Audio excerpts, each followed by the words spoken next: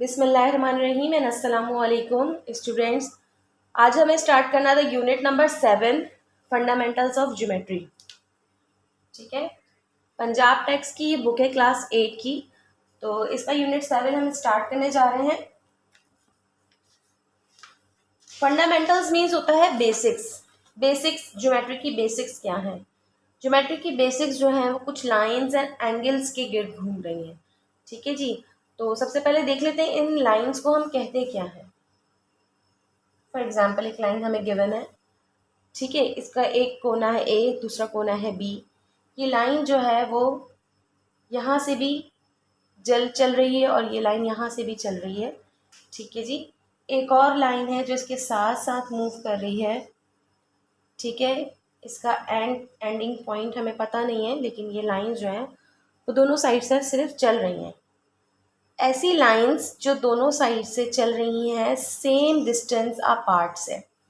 ठीक है जी, इन दोनों का डिस्टेंस जो है वो सेम डिस्टेंस है और ये लाइन कहीं कहीं भी जाकर कभी भी ना तो मीट करेंगी ना एक दूसरे को इंटरसेक्ट करेंगी। ऐसी लाइंस को हम कहते हैं पैरेलल लाइंस।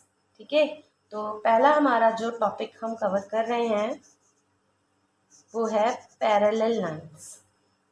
ठीक है, ऐसी लाइंस जो दो एक साथ हों, दो हों, तीन हों, चार हों, ये सारी लाइंस एक दूसरे के क्या हैं, पैरेलल हैं और ये कभी भी एक दूसरे से मीट नहीं करेंगी, इंटरसेक्ट नहीं करेंगी। ये बात तो हो गई क्लियर कि ऐसी दो लाइंस जो एक साथ चल रही हों और जो कभी भी एक दूसरे को ना मीट करें ना इंटरसेक्ट करें, ऐसी दो लाइंस को हम कहते हैं पैरेलल लाइंस। अब तीसरी लाइन जो इन टू लाइंस को क्रॉस कर रही है, ऐसी तीसरी लाइन वो कहलाती है ट्रांसवर्सल। ठीक है, ये ट्रांसवर्सल सिंगल भी हो सकती है या इसके कोई पैरेलल भी हो सकता है ट्रांसवर्सल। ठीक है, अभी हम इसको समझ लेते हैं कि एक ट्रांसवर्सल है जो इन दोनों पैरेलल लाइंस को क्या कर रहा है, इंटरसेक्ट कर रहा है। ठीक है, ये जो लाइन इंटरसेक्ट कर रही है इस लाइन से एक एंगल क्रिएट हो रहा है। यहाँ पर एक एंगल क्रिएट हो रहा है, इसके बिल्कुल ऑपोजिट एक एंगल क्रिएट हो रहा है यहाँ पर और दूसरा ऊपर। इसी तरह एक एंगल यहाँ पे, दूसरा इसके बिल्कुल ऑपोजिट, एक यहाँ पर और दूसरा इसके बिल्कुल ऑपोजिट। इस तरीके से अगर देखा जाए तो यहाँ पर हमें 8 एंगल्स बनते हुए नज़र आ रहे हैं। इनको नाम दे देते हैं हम angle 1, angle 2, angle 3 and angle 4। इसी तरह यहाँ पर angle 5, angle 6, angle 7 and angle 8। ठीक है, ये डिफरेंट एंगल्स यहाँ पर बन रहे हैं। ये एंगल्स किस तरीके से हैं, इनके क्या नेम्स होंगे, फर्दर उसको हम डिस्कस कर लेते हैं। ठीक है, तो सबसे पहला हम जो एंगल डिस्कस करने जा रहे हैं वो एंगल होते हैं vertically opposite. Vertically opposite angles कौन से ऐसे एंगल्स होते हैं? वर्टिकली ऑपोजिट एंगल मीन्स किसी भी एंगल का ऑपोजिट एंगल। अब मैं इस डायग्राम को रब कर रही हूँ, यहाँ से आपको सिंगल वर्टिकली ऑपोजिट एंगल बनाती हूँ, फिर आखिर में इस डायग्राम पे हम दोबारा आते हैं। तो वर्टिकली ऑपोजिट एंगल, एक लाइन को जब दूसरी लाइन इंटरसेक्ट कर रही है तो यहाँ पर 4 एंगल क्रिएट हो रहे हैं। यहाँ पर जो एंगल है इसके बिल्कुल ऑपोजिट एंगल, ये कहलाता है वर्टिकली ऑपोजिट एंगल। सही है, तो वर्टिकली ऑपोजिट एंगल का मतलब क्या होता है? फ्लिप मिरर इमेज, जो इसका बिल्कुल उलट हो। इट मीन्स कि जो इसकी मेजरमेंट होगी वही इस एंगल की भी मेजरमेंट होगी। दोनों एंगल मेजरमेंट के हिसाब से बिल्कुल इक्वल होंगे। तो अगर इसकी मेजरमेंट जो है 65 डिग्री तो इसकी भी 65 डिग्री होगी और इसी तरह इस वाले एंगल की मेजरमेंट होगी 115 और इसकी होगी 115। तो 115 डिग्री का ये एंगल है और 65 का ये, तो जब हम इन दोनों को प्लस करेंगे तो ये हमारे इक्वल आएगा 180 डिग्री के। ठीक है, ये हमारा बनेगा टोटल 180 डिग्री। ये स्केल जो है ऊपर हमारा यहाँ से लेकर यहाँ तक पूरा अगर हम इसको टोटल करें तो ये बनता है 180 डिग्री और नीचे वाला अगर हम टोटल करें तो ये हो जाएगा 180 डिग्री। इस तरीके से ये पूरा जो सर्किल हमारे पास होता है एंगल्स का, ये होता है टोटल 360 डिग्री का। ठीक है जी, तो होप कि ये बात आपको क्लियर हो गई होगी कि वर्टिकली ऑपोजिट एंगल्स कौन से होते हैं। दूसरा एंगल समझ लेते हैं। कॉरेस्पॉन्डिंग एंगल कौन से होते हैं? जैसे कि हमने देखा दो हमारे पास पैरेलल लाइन है और तीसरी ट्रांसवर्सल लाइन है। तो ये जो दो पैरेलल लाइन को ट्रांसवर्सल इंटरसेक्ट कर रहा है, इससे हमारे पास जो एंगल्स बन रहे हैं हम उन्हें देख लेते हैं।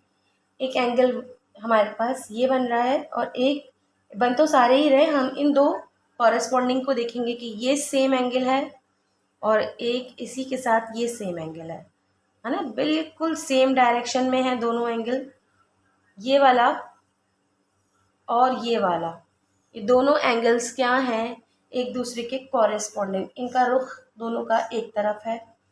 इसी तरीके से ये वाला एंगल और ये वाला एंगल, इनको हम नेम देते थे angle 1, angle 2, angle 3, angle 4, angle 5, angle 6, angle 7, angle 8। तो हमारे पास 2 एंड 6, एंगल 2 एंड एंगल 6 भी कॉरेस्पॉन्डिंग है। अगर हम इसको उस साइड से देखें तो ये एंगल 3 और एंगल 8 एक दूसरे की कॉरेस्पॉन्डिंग है, एंगल 2 एंगल 6 एक दूसरे के कॉरेस्पॉन्डिंग है, एंड एंगल 4 एंड एंगल 7 एक दूसरे के कॉरेस्पॉन्डिंग है। तो आई होप कि आपको क्लियर हो गया होगा कि कौन से ऐसे एंगल्स होते हैं जो एक दूसरे के कॉरेस्पॉन्डिंग होते हैं, जिनकी डायरेक्शन एक साइड सेम साइड पर हो। ठीक है, इनकी डायरेक्शन सेम साइड पर होगी और इनका साइज भी सेम होगा। फॉर एग्जांपल अगर ये आपके पास 45 डिग्री है तो आपके पास एंगल 5 भी 45 डिग्री होगा। अगर एंगल 3 जो है वो आपके पास 35 डिग्री है तो एंगल 8 भी 35 डिग्री होगा। ठीक है, कॉरेस्पॉन्डिंग एंगल की डायरेक्शन और साइज सेम होता है। आई होप कि आप क्लियर हो गए होंगे कि कौन से कॉरेस्पॉन्डिंग एंगल होते हैं। अब आ जाते हैं ऑल्टरनेट इंटीरियर एंगल्स पर। ठीक है ना, ऑल्टरनेट इंटीरियर एंगल्स। तो ऑल्टरनेट इंटीरियर एंगल्स, इंटीरियर से हमें समझ में आता है कि अंदर वाली साइड, यानी कि ये दो दो पैरेलल लाइंस हैं, इनके अंदर वाले एंगल तो हो गए इंटीरियर एंगल्स। ये सारे एंगल्स यानी कि 1, 2, 3 और ये 4, ये सारे एंगल्स क्या हो गए? इंटीरियर एंगल हो गए। अगर हम देखें तो ये दोनों एक दूसरे के इंटीरियर हैं, इतने हिस्से में अंदर वाले एंगल इंटीरियर है, इतने हिस्से में ये वाले एंगल इंटीरियर है। ठीक है, लेकिन अगर मैं कहूँ ऑल्टरनेट इंटीरियर, तो ऑल्टरनेट इंटीरियर क्या है? जैसे ये एंगल है ऐसे ही ये एंगल है। इट मीन्स कि अगर ये 115 डिग्री का है और ये 65 डिग्री का है तो ये वाला 65 होगा और इसका ऑल्टरनेट 115 होगा।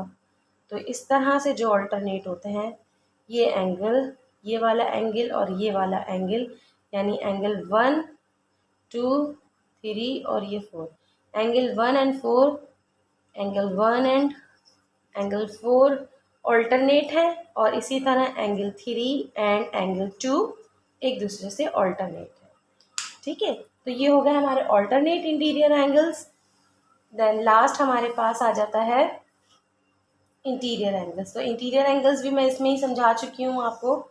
इंटीरियर एंगल्स, ये वाले एंगल्स, ये वाले एंगल्स जो हैं हमारे पास इतने हिस्से में जो अंदर वाले एंगल है ये इंटीरियर एंगल्स कहलाएंगे। ठीक है, इस साइड वाले इंटीरियर और ये इस साइड वाले इंटीरियर एंगल्स कहलाएंगे। तो ये हो गया हमारे पास इंटीरियर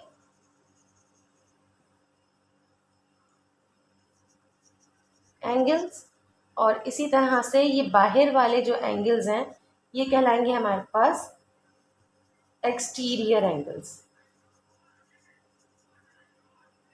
ठीक है, एक्सटीरियर एंगल्स कहलाएंगे ये। तो आई होप कि आप क्लियर हो गए होंगे ये 4 टाइप्स के एंगल्स जो हैं वो किस तरीके से बनते हैं, क्या इनके नेम्स होते हैं। तो चलें अब एक ही डायग्राम पे सारे हम रिकॉल कर लेते हैं। तो स्टूडेंट्स देख लेते हैं इसमें हमारे पास वर्टिकली ऑपोजिट एंगल कौन से हैं, कॉरेस्पॉन्डिंग कौन से हैं, ऑल्टरनेट इंटीरियर कौन से हैं, इंटीरियर कौन से हैं। सबसे पहले हम देख लेते हैं वर्टिकली कौन कौन से हमारे पास। तो angle 1 and angle 3, angle 1 and angle 3 vertically opposite हैं एक दूसरे के, angle 4 and angle 2, angle 4 and angle 2, इसी तरह angle 6 and 7, angle 6 and 7 and angle 6 and 7 and 5 and 8, angle 5 and angle 8। तो ये सारे एक दूसरे के वर्टिकली ऑपोजिट हैं। इसी तरह कॉरेस्पॉन्डिंग एंगल हैं, कॉरेस्पॉन्डिंग 1 एंड 6, 1 एंड 6 और 4 एंड 8, एंगल 4 एंड एंगल 8, अच्छा 2 and angle 5, 2 and 5 and 3 and 7, 3 and 7 एक दूसरे के हैं corresponding angle. Then alternate interior angle, तो ऑल्टरनेट हमारे पास है 3 एंड 6, 3 एंड 6 एक दूसरे के ऑल्टरनेट है, एंड 4 एंड 5, 4 एंड 5 एक दूसरे के ऑल्टरनेट। इंटीरियर एंगल्स हमारे पास हैं इंटीरियर में 4 एंड 6 एंड 3 एंड 5। ठीक है, आई होप क्लास की आपको क्लियर हो गया होगा। इंशाल्लाह इसकी क्वेश्चंस हम करते हैं नेक्स्ट वीडियो में। अब तक के लिए अल्लाह हाफ़िज़।